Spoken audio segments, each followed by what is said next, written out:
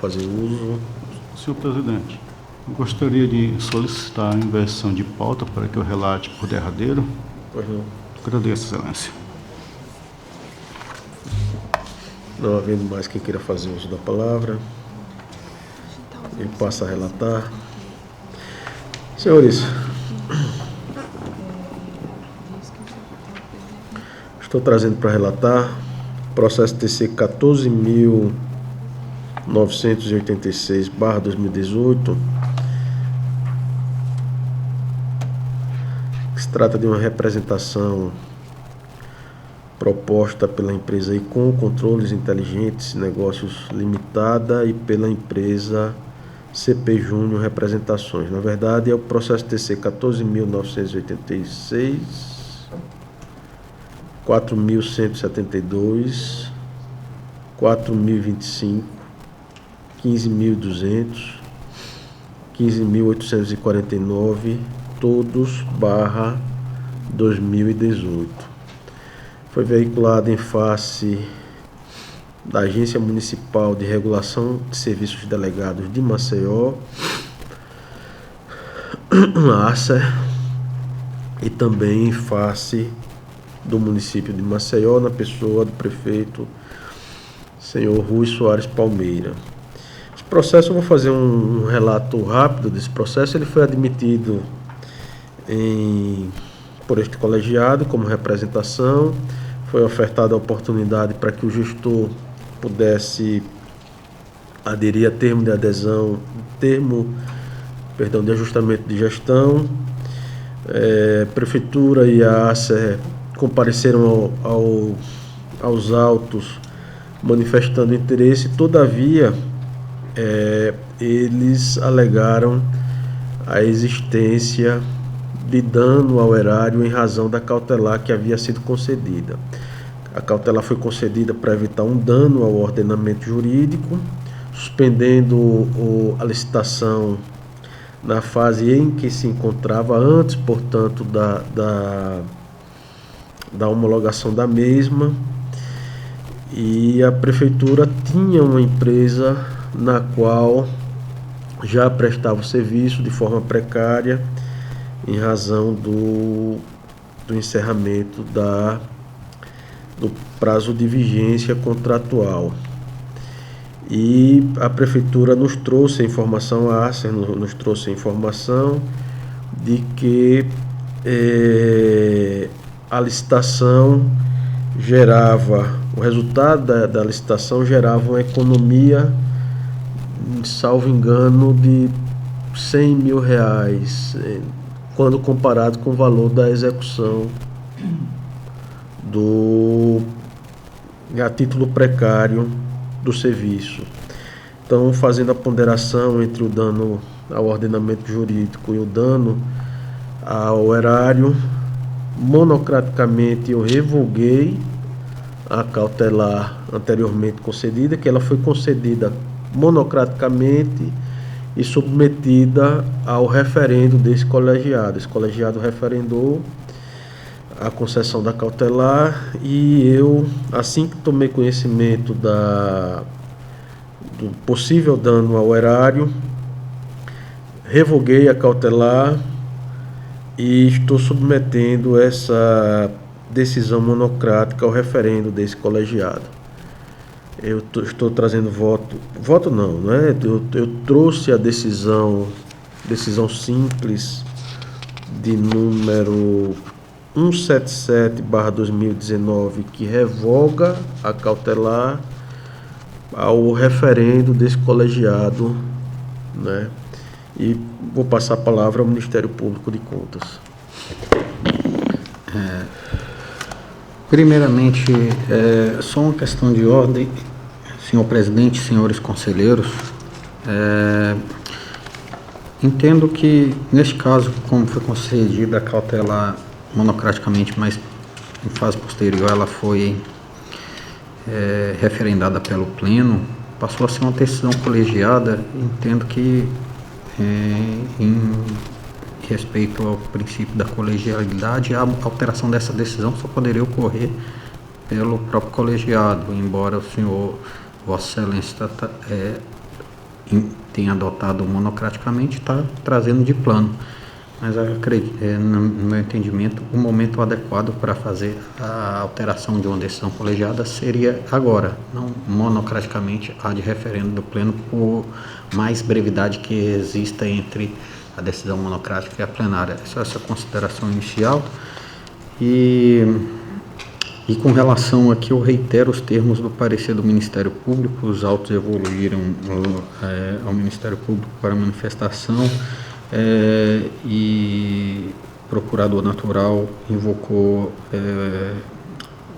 a prerrogativa do artigo 197 do Regimento Interno para emitir parecer conclusivo após manifestação da defesa, quando encerrada igualmente a fase instrutória. O que parece aqui não tinha sido encerrado ainda, não tinha sido apresentada a defesa. Em consequência, tendo em vista que não há nos autos informação sobre a eventual adesão do gestor à celebração de termo de ajustamento proposto, bem assim a sua apresentação de defesa, não entendendo ser o caso de firmar o referido TAG, mostra-se descabida neste instante processual a emissão de parecer final de mérito, conquinando o MPC pela continuidade do feito nos termos acima assinalados.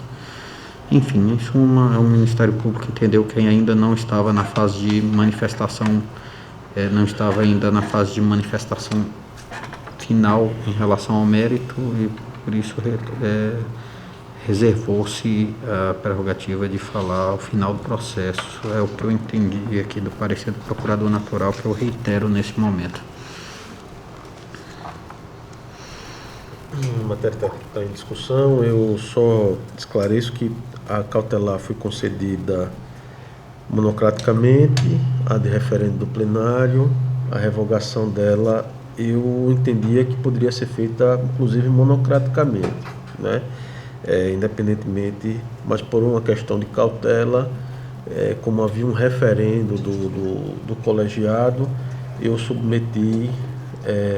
Nós estamos submetendo ao colegiado para referendar a revogação da cautelar, né? O Ministério Público entende que aquele meu ato, ele, na verdade, a produção dos efeitos dele seria mais prudente, e respeitando aí a simetria e a colegialidade, já que a decisão que vai ser alterada é a decisão colegiada, é que os efeitos dessa decisão dessa decisão que vai alterar a decisão colegiada anterior, passe a valer a partir deste momento, conforme, claro, o entendimento dos senhores, o entendimento final dos senhores. Essa é a questão. Senhor presidente, Vossa Excelência já publicou essa decisão monocrática? Essa decisão foi publicada, a finalidade era justamente evitar o dano ao erário, né? Tá, de que dia a publicação, sabe informar? Tem aproximadamente 2 semanas. 2? Esse processo ele foi pautado equivocadamente para o plenário da semana passada, para terça-feira passada.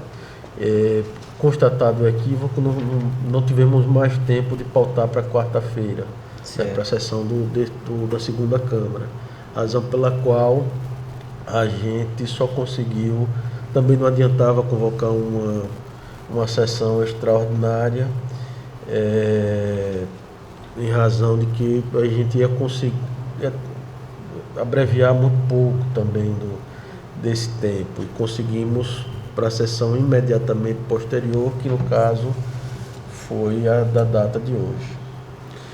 Eu vou pegar aqui a decisão, eu vou pegar só a data da publicação da mesma, para que a gente possa trabalhar em cima de números mais precisos.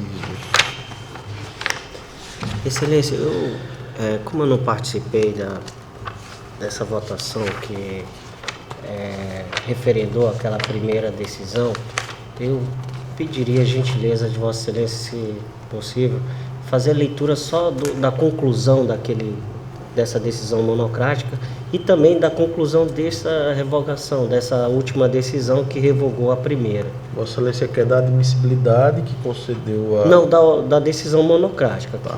Que concedeu a cautelar, só a conclusão do voto, do voto exarado, ou melhor, da decisão monocrática de Vossa Excelência, Da mesma forma, dessa decisão que hoje Vossa Excelência submete a esse colegiado, também a parte conclusiva. Até porque está na fase final de manifestação do MP, agora o relator, creio, vai ler o voto na íntegra, aí vai ficar fácil compreender aí a Essa aqui é que revoga.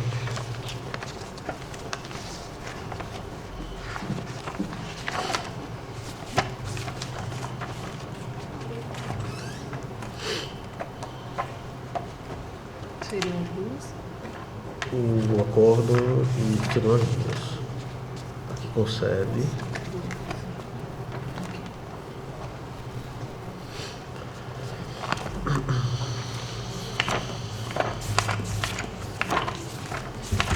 Não, só a decisão, tá. Só a decisão. Só a parte conclusiva. Mas... Tá. A decisão ela é longa, a fundamentação ela é relativamente longa, mas para que a gente seja, caso vossas excelências Não, é só a parte conclusiva mesmo, presidente. entendam. Nós tratamos da inadequação da modalidade do pregão, né? Inadequação da modalidade licitatória para conceder a cautelar. A ausência de definição da parcela de maior relevância para a demonstração da capacidade técnica das licitantes.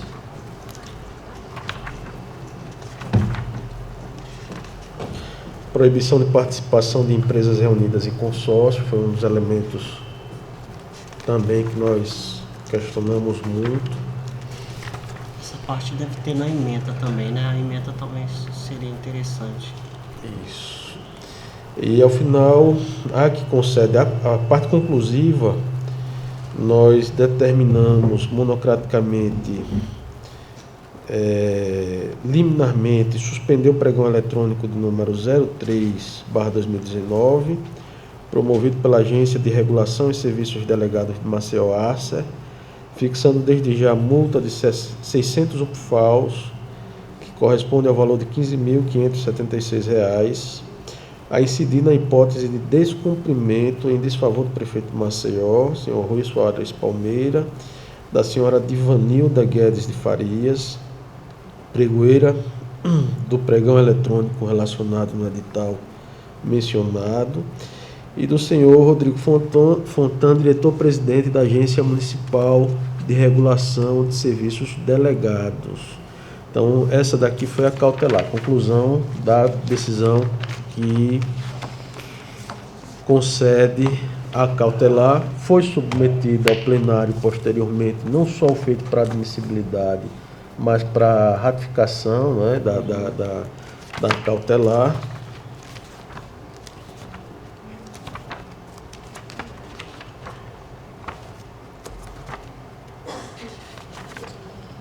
O Ministério Público se manifestou, perdão, foi antes.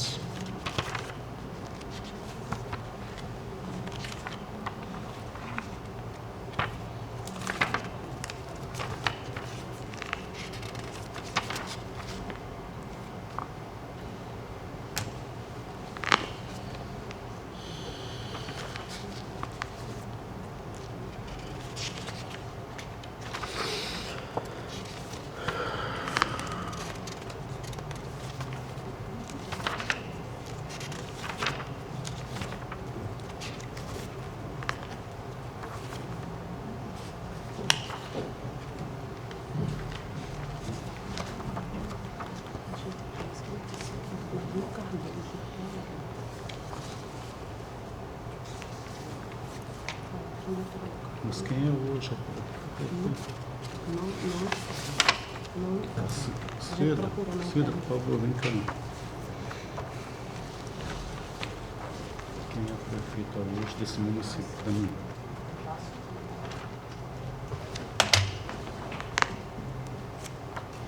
Fala bem com a Cida, cara.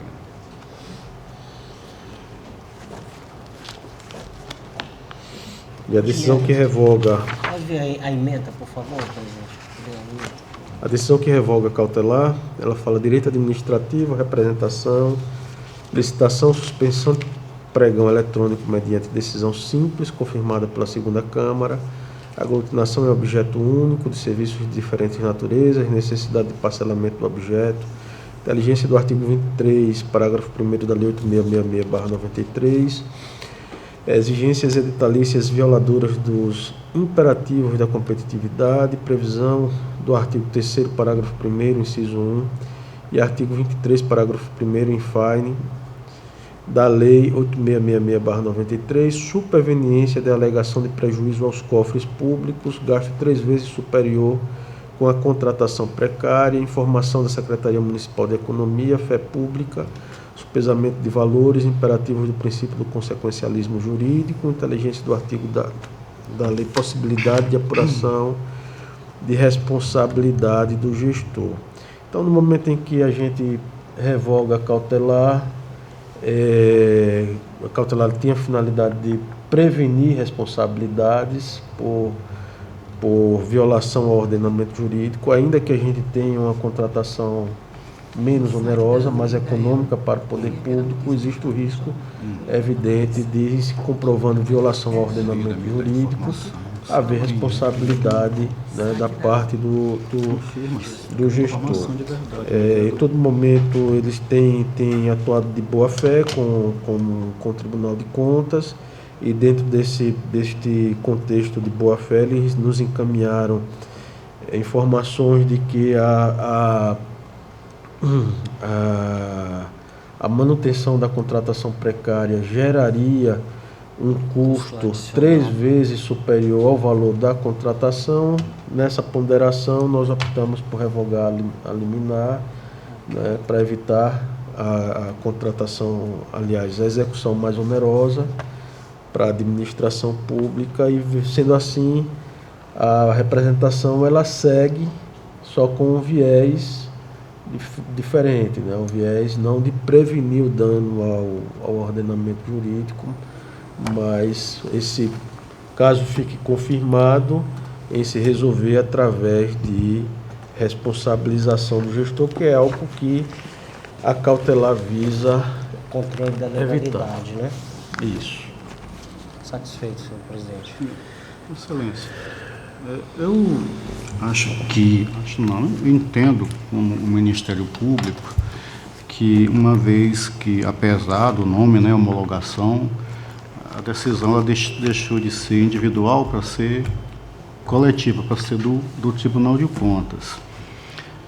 Acredito que a eventual modificação também deveria se dar pelo mesmo quórum, ou pelos mesmos responsáveis pela primeira decisão, no caso, uma decisão colegiada. Entendo também que, como a decisão ela está publicada há 2 semanas, acredito que não teria prejuízo. Eu acho que até podemos aqui aplicar a teoria da aparência, a legalidade do ato de Vossa Excelência, que buscou apenas resguardar nada mais que o interesse público. Mas eu entendo que, de fato, é uma situação excepcional, mas que somente o Tribunal de Contas, de uma forma coletiva, o seu pleno, poderia decidir a respeito. E aqui eu chamo a atenção de Vossa Excelência que há no tribunal 2 processos até assim que chamam a atenção de prestações de contas em que o plenário tomou uma decisão colegiada, e essa decisão ela foi suspensa por decisão monocrática. Algo também um pouco diferente, um pouco estranho para a atuação do tribunal. Então, se a gente quer buscar corrigir essas coisas, eu acho que assiste razão colocação ministerial quanto à forma de tomada e de politização da revogação da decisão de Vossa Excelência.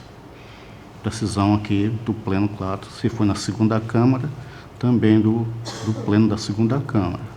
Mas sem prejuízo da publicação, tendo em vista o que se buscou e que não há nenhuma outra forma sindicável da atuação do jurisdicionado baseado na decisão de Vossa Excelência, que todos entenderiam aí casado com a legalidade. Eu confesso que eu ainda tenho minhas dúvidas com relação a situação versada nos autos. Ela difere de uma decisão colegiada que foi suspensa, no meu ponto de vista. Há uma diferença bem sutil, né? E que foi suspensa monocraticamente pelo relator, que é algo aparentemente que só deve acontecer em situações excepcionalíssimas, devidamente justificadas em razão das circunstâncias apresentadas naquele momento no processo, né? Ainda que fosse esse tipo de situação, uma decisão colegiada, em que monocraticamente o relator estivesse revogando, nós estávamos diante de situações excepcionalíssimas, né, que era justamente a comprovada alegação de que a manutenção da execução a título precário estaria gerando um prejuízo para aquela administração. Mas aqui a diferença sutil é que a decisão que concedeu, ela foi monocrática, né? Ela foi uma decisão monocrática, posteriormente referendada. Enfim, se entendermos que o referendo é um dos aspectos de eficácia do ato,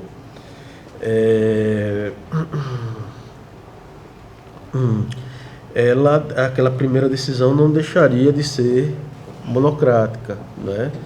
Mas, e da mesma forma estaríamos repetindo o mesmo remédio para aquela revogação. Estaríamos revogando monocraticamente, a produção de efeitos monocraticamente, a partir da decisão monocrática, né?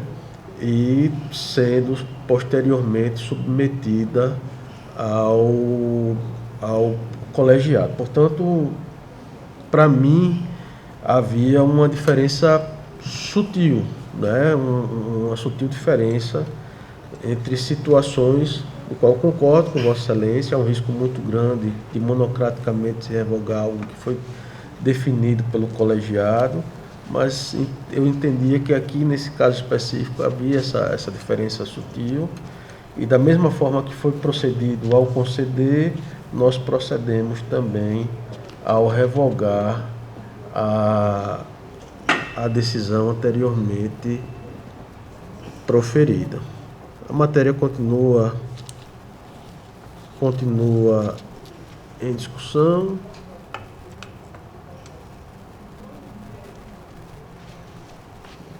Encerrada a discussão, coloco em votação. Conselheiro Anselmo.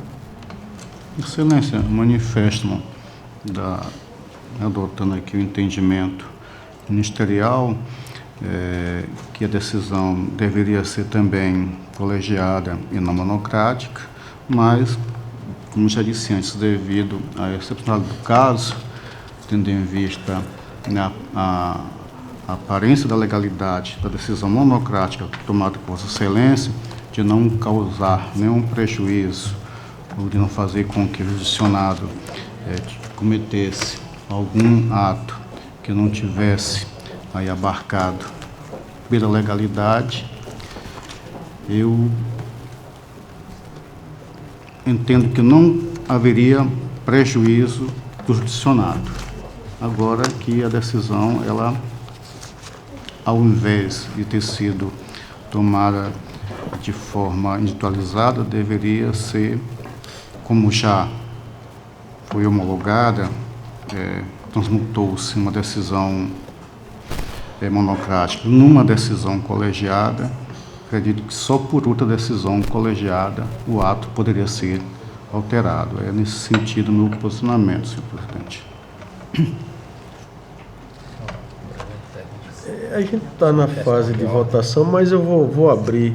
Acho que não gera tumulto a condução dos trabalhos. Só uma questão de ordem, já que o Ministério Público suscitou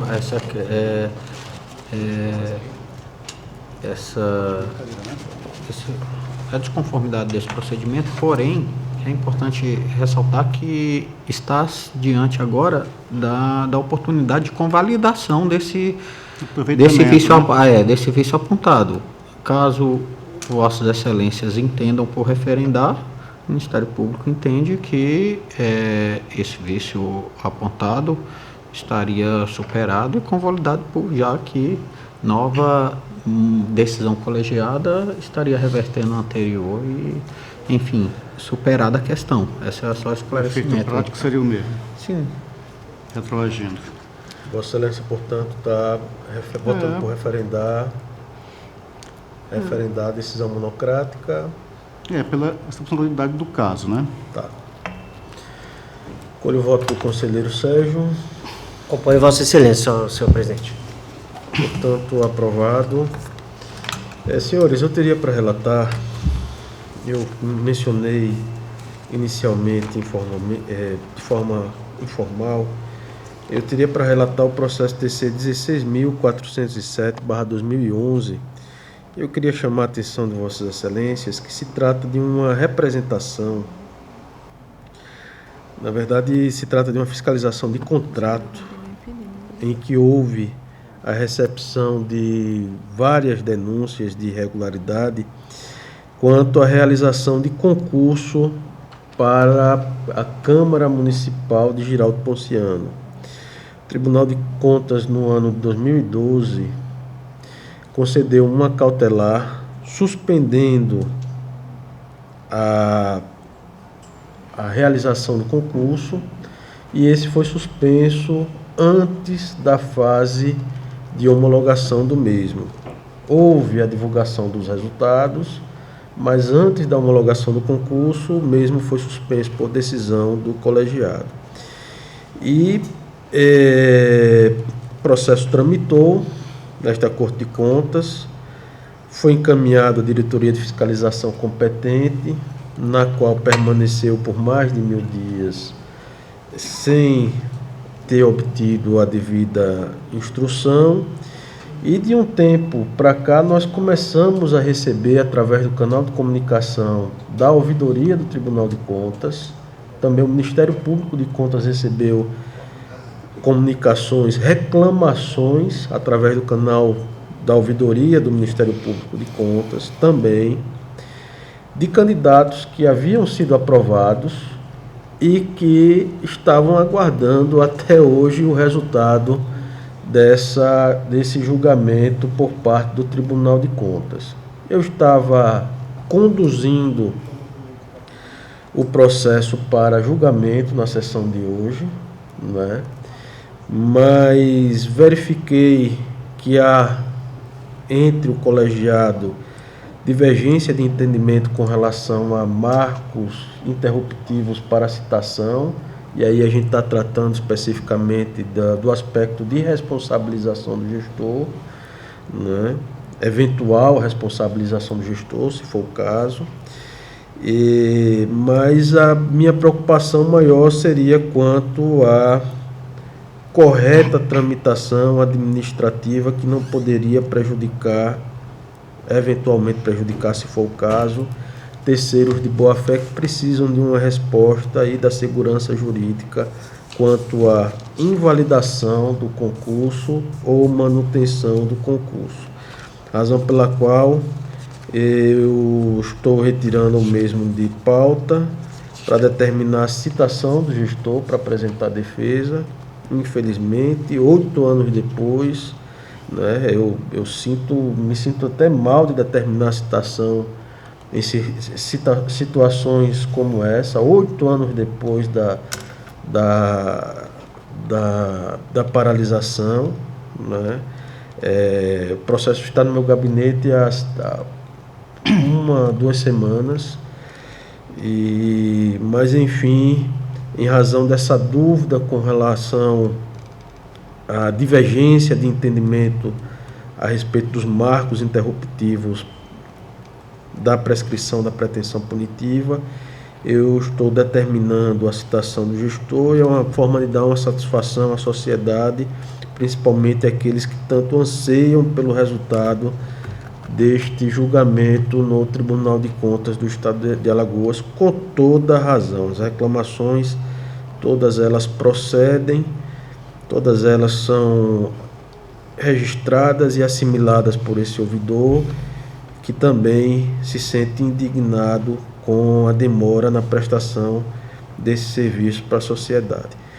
Mas, por imperativos legais, nós estamos retirando mesmo de pauta, determinando a citação para que no momento mais rapidamente possível nós possamos trazer para julgamento desse colegiado.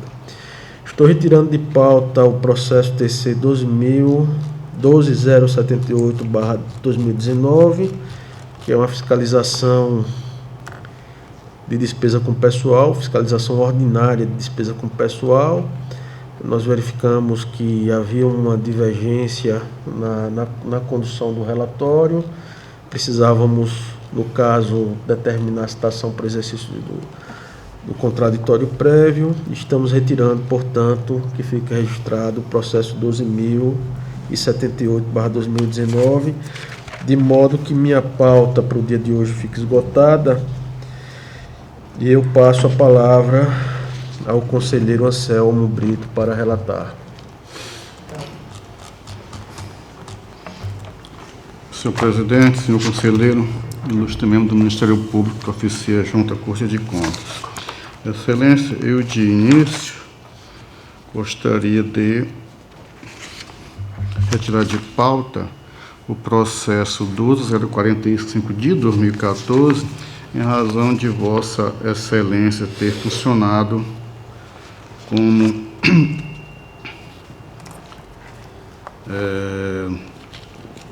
através do parecer 2571 de 2019 pelo órgão ministerial junto a esta Corte.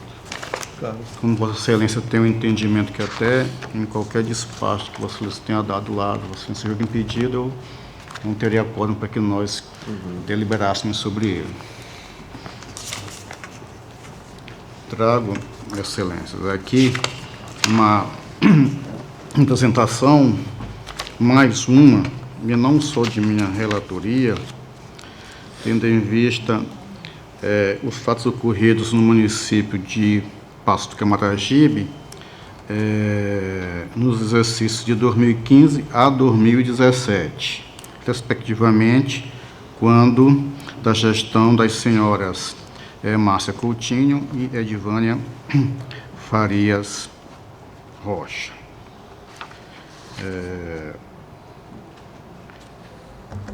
Não sei aqui, esses autos passou pelo gabinete de Vossa Excelência, que por meio de despacho eletrônico entendeu que as informações ela abarcavam diversos municípios e biênios e determinou a remessa à presidência para que fossem feitas as extrações, né, do que é necessário e encaminhamento a cada um dos pretensos relatores, né, naturais.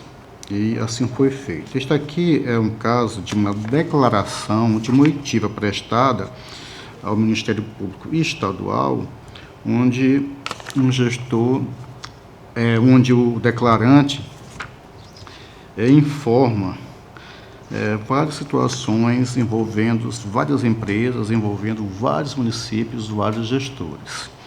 Eu já trouxe um processo semelhante, eu não me recordo se Vossa Excelência deu por impedido, mas não acredito que não tenha dado, inclusive nós discutimos, então eu vou fazer a leitura. Então, Excelência, essa declaração, temos o seguinte, como está aposta lá, acho que é bom que leiamos, que o declarante alegou possuir entre 8 e 10 empresas, das quais administrava diretamente 3, que as demais empresas eram usadas para emitir notas fiscais fraudulentas a diversas prefeituras alagoanas, sem a consequente prestação do serviço ou fornecimento de materiais. Que o objetivo dessas empresas era o pagamento de propina para os gestores e funcionários públicos municipais, ficando o declarante com comissão de 10% do valor total do certame entre os licitantes. Que as empresas e seus respectivos administradores envolvidos no direcionamento das licitações seriam os seguintes. Ele fala a empresa e nomeia cada um. KMJC Campos, RR Distribuidora e JDF, C de Góes Silva, Eireli e Barbosa Construções e Incorporação Limitada, CGA Empreendimentos, AR dos Santos Comércio e Serviços, EPP, S. Cândido de Oliveira, EPP, MCRS Ferreira, Eireli, ME, Calheiros e Melo.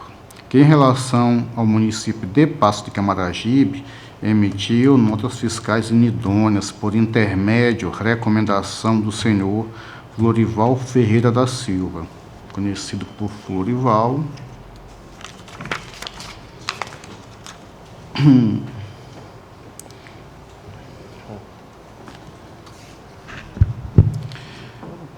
na função de vendedor, e do senhor Josimar Campos de Araújo, Jorginho, que é também titular da empresa JC Campos. Que nos termos da declaração, no início, em média, pela apresentação, o declarante recebia entre 4% e 5%, repassado o restante para Jorginho. Ou seja, dos 10% ele ficava mais ou menos com a metade e a outra repassava por essa pessoa indicada como Jorginho, que acertava com os prefeitos. E que neste período inicial o referido não participava da entrega de propinas. Que emitiu as notas fraudulentas, entretanto, não se recorda dos nomes das pessoas que receberam as propinas. O Ministério Público Especial da Corte manifestou-se através do parecer 98 de 2019, sugerindo várias diligências. É o sincrético relatório, senhor presidente.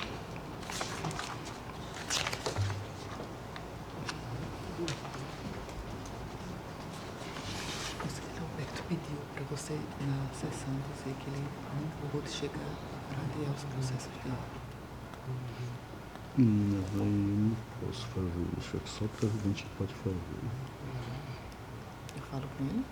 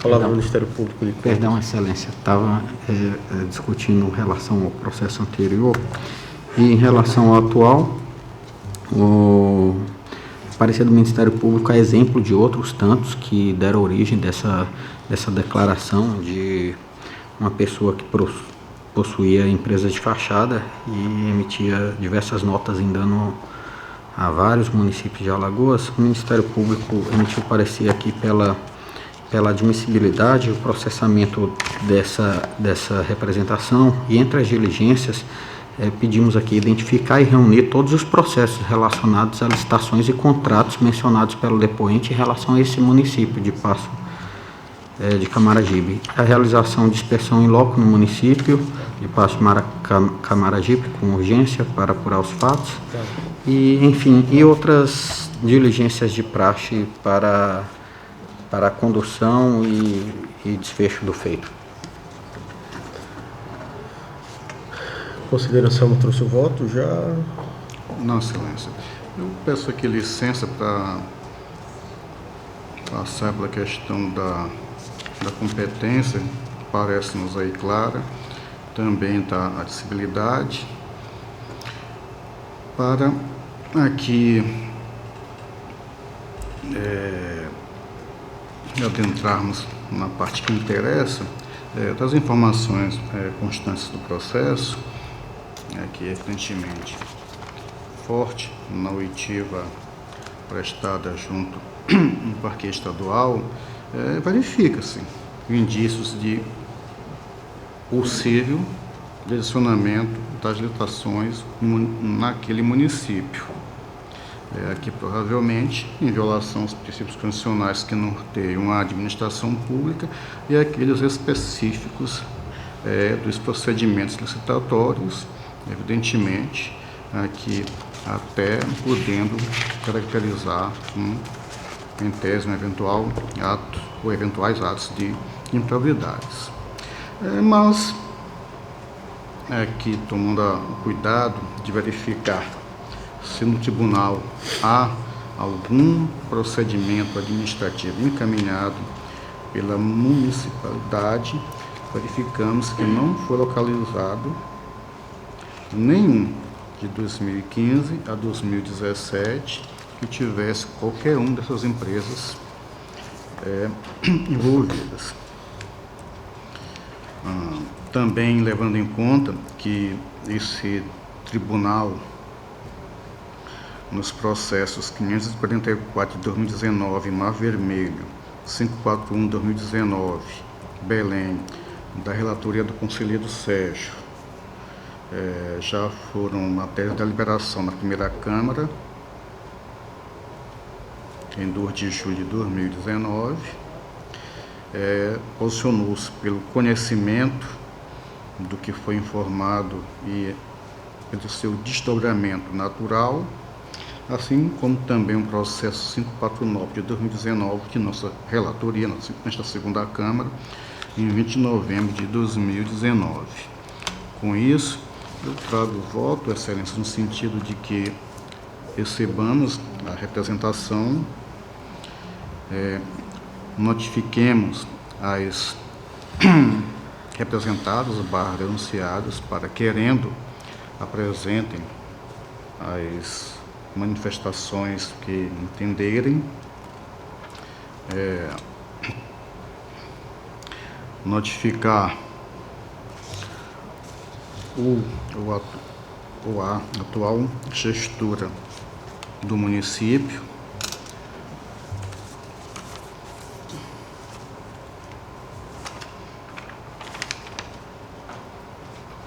pode aparecer, quem é a gestora do município, quem é a gestora do município, colocou aqui.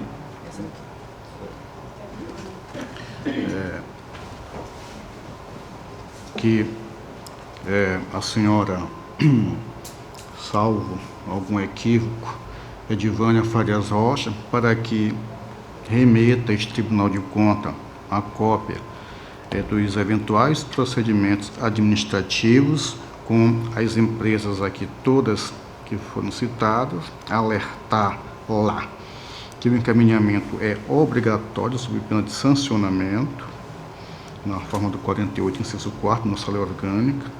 Também aproveito o ensejo para oficiar a Cefaz, para que, dentro daquele espírito de colaboração institucional, nos forneça informação a respeito de eventuais notas fiscais, especialmente aquelas emitidas pelas empresas antes mencionadas, e também se há algum procedimento dentro da área de sua atuação tendente a verificar quaisquer irregularidades praticadas pelas mesmas. Também ao Ministério Público Estadual, para que nos informe de eventuais desdobramentos dessa oitiva, assim como a instauração de procedimentos, de ações ou até o surgimento de outros procedimentos internos. Solicitar aqui a diretoria competente que nos informe de eventuais procedimentos instaurados pelo não encaminhamento dos procedimentos administrativos, sobrestar o processo no gabinete do relator para a análise das outras sugestões feitas pelo parquê junto à instituição, para isso aguardando o prazo de manifestação e o envio das informações das citadas. Esse é o meu voto, senhor presidente. Coloca a questão aí em discussão.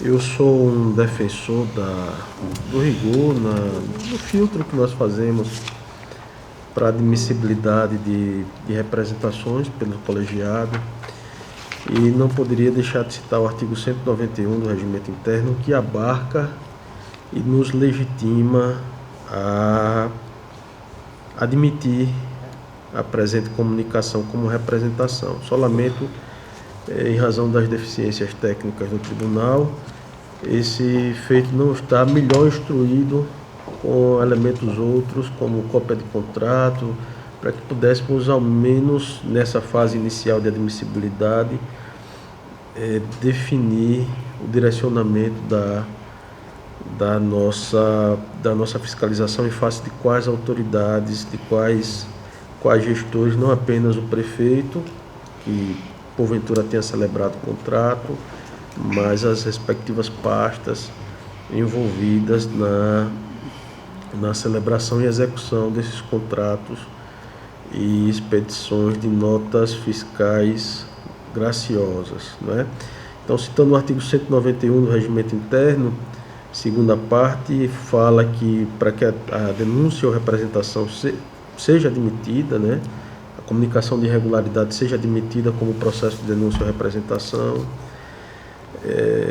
tem que trazer matéria de competência do tribunal, que é o caso, deverá referir-se a administrador responsável sujeito à sua jurisdição, também é o caso, ser redigida com clareza e conter o nome completo, no caso é um termo de declaração firmado junto ao Ministério Público Estadual,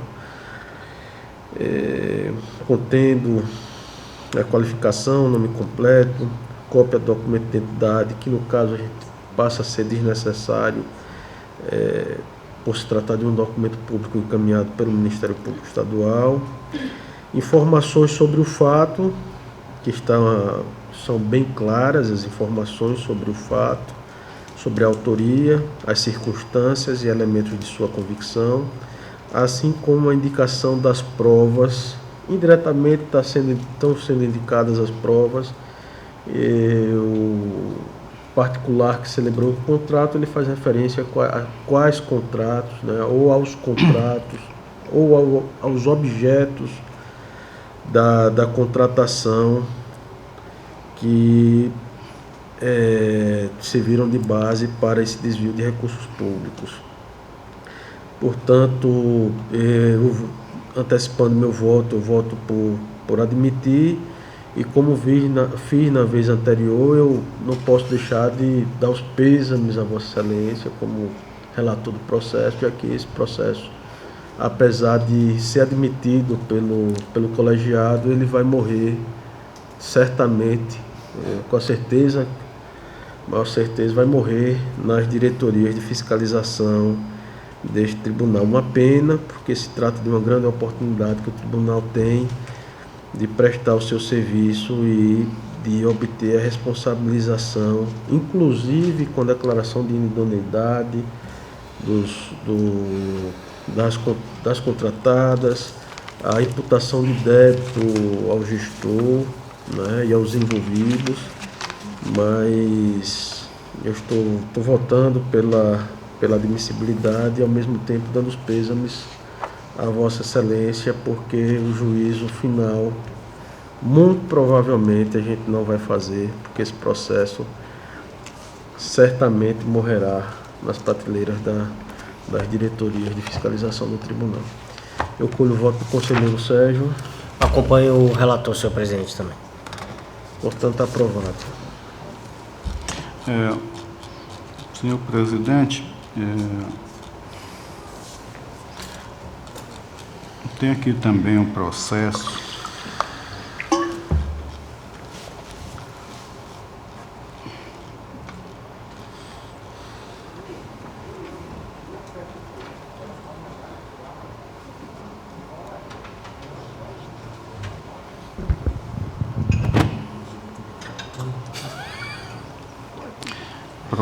excelência, é o processo 12757/2019, também é uma representação do Ministério Público junto à Estado Cortes, que foi originada no âmbito da 2ª Procuradoria do PO número 9 de 2016, promovida em seus termos em face da senhora Juliana Lopes, prefeita do município de Mar Vermelho, exercício financeiro de 2015, do escritório advocatício Davi Lima Advocacia, dos advogados Yuri de Pontes Cesário, Eduardo Luiz de Paiva Lima Marinho, Ana Karina Pedrosa de Carvalho e Adriano Castro e Dantas, com o objetivo de verificar o cometimento de supostas irregularidades, ilegalidades, na realização de contratos por meio do artigo 25 da lei que trata do Código Nacional de Licitação, por assim dizer, do Estatuto Maior da Licitação, e também sobre contratações tácitas de escritórios advocatícios para intentar execução provisória a título judicial em face da União, referente a valores devidos à municipalidade a título de verbas do Fundef.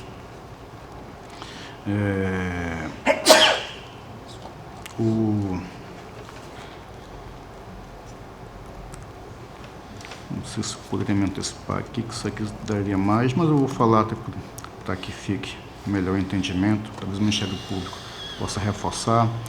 Em resposta à investigação ministerial, a Prefeitura, em março de 2016, respondendo ao ofício, informou que inexistia escritório advocatício contratado para assessorar juridicamente o ente, tampouco para pleitear a execução de diferenças de verbas do Fundef, existindo, contudo, um único profissional que exercia o cargo comissionado de procurador municipal.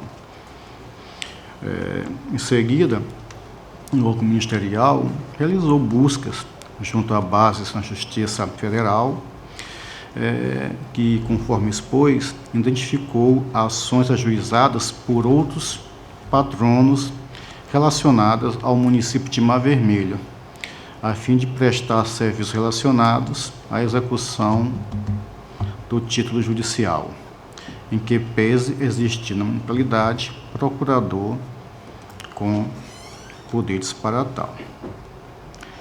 No momento seguinte, o município, em setembro de 2018,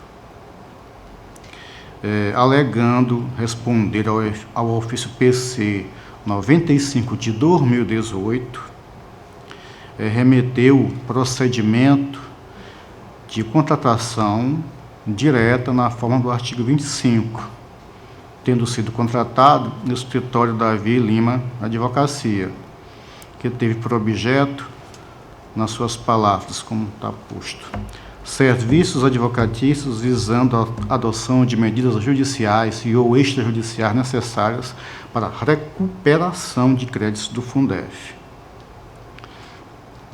Aliás, a documentação toda encaminhada chama a atenção, pode não ser nada, mas chama a atenção que a proposta, inicialmente, é uma proposta voltada à recuperação desses valores, não à execução. A proposta, o contrato, a procuração chama a atenção que são dados todos de um mesmo dia, 4 de julho de 2016.